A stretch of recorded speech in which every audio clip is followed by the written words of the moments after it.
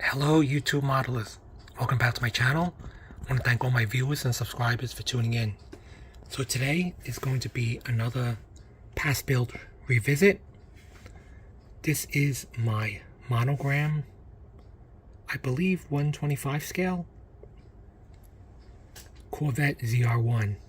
They don't have a year or an annual for this, so I would have to say it's the C4 Corvette. Probably around the 1990s.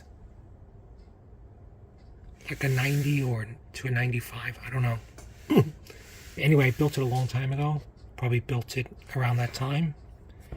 During the 90s, I remember my good friend, we both like scale models, so I gifted him a Monogram Buick Grand National, and he gave me the Corvette ZR-1, because those were the cars that we both liked. So this kit has also been marketed as the High Performance Series, but I think my box, it didn't say that. It just said really detailed. The reason why they said that was because if you look at the brakes, it's pretty detailed behind the wheel. With the disc brakes, the suspension, and the engine, they actually supplied rubber hoses so you can do the engine wiring. The only thing is it's just rubber or plastic hoses. There's no wire inside like the distributors you can get now. So that means the wire can't really hold its own shape.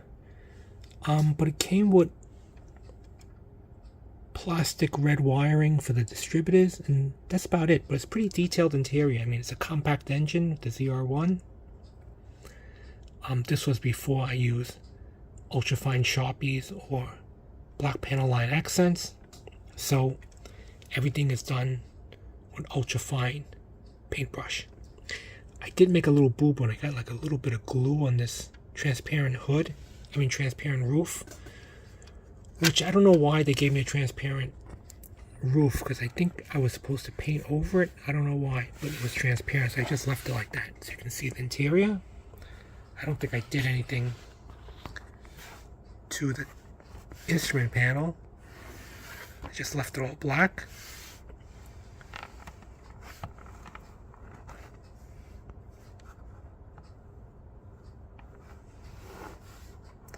And the color is unique because it's one of the first times I painted a custom color. It was either a Testors or Model Master purple burgundy metallic flake. I don't think you can get that color now. I think only in a bottle, but I used a spray can. No clear coat, no polishing. Came out good. I use a ultra fine paintbrush for the emblems, and you can see the metallic flake in the paint job.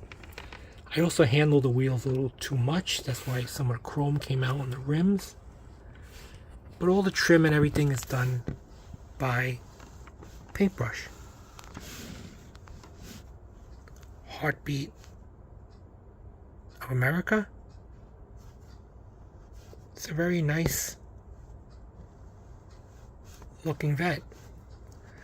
It was so detailed that even the tires show the direction of rotation. If you look at the little side, there's an arrow because the treads are unidirectional. It only goes one way. And it's pretty decent detail. I don't know why it says 84. Probably that part was used since 1984. I don't know. But it was a good build. I liked it.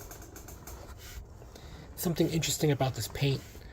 The first 2/3 of the spray can, the paint came out exactly like this, purple burgundy metallic flake, and then the last 1/3 of the bottle, I either didn't shake the purple burgundy pigment enough, but it came out looking like a champagne color with no purple pigment.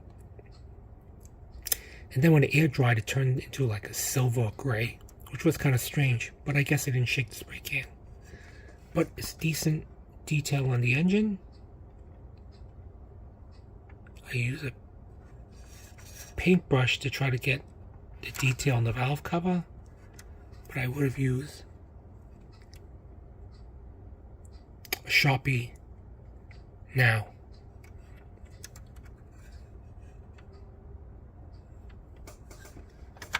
So that's it for this vet. Good build. It's a monogram. And I'll have pictures, stills at the end. So, thanks for tuning in. As promised, I did revisit a car because I know I've been doing a lot of planes and armor. So not to lose my car viewers, here is one. So, thanks for watching.